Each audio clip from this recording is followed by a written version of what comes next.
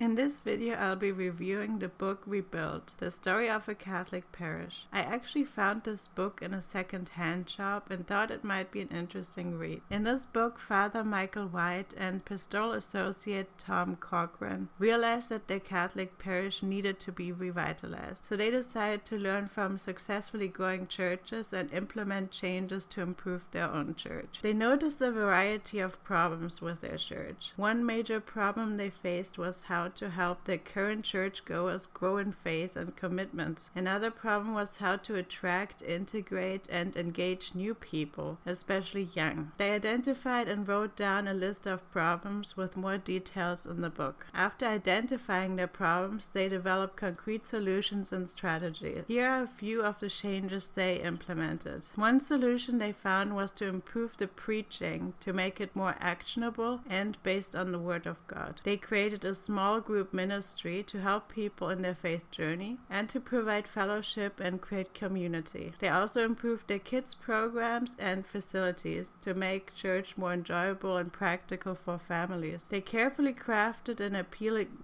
music program and updated their website. I think Rebuild is a very timely book. If you take a look at different churches in your community, you can notice that there are many dying and struggling churches. And I think many church leaders would benefit from reading this book. There are so many things a church can do to create real change in the lives of their parishioners and their community. I think this book contains a lot of good ideas and solutions, but I also think a few important aspects are missing in this book, especially when it comes to education. You can grow a church in two different ways. You can attract new members with evangelization, or you can grow by retention. If you have faithful families who successfully pass on the faith, both of these strategies are important and essential. The question is, what is going to happen if you send a child to a school which teaches the child 5 days a week for years, day in and day out, many things that are contrary to faith and reason? I think we can clearly see the result of this now in our churches. So education is a key issue which is not really mentioned in the book. Successful churches often support parents and create educational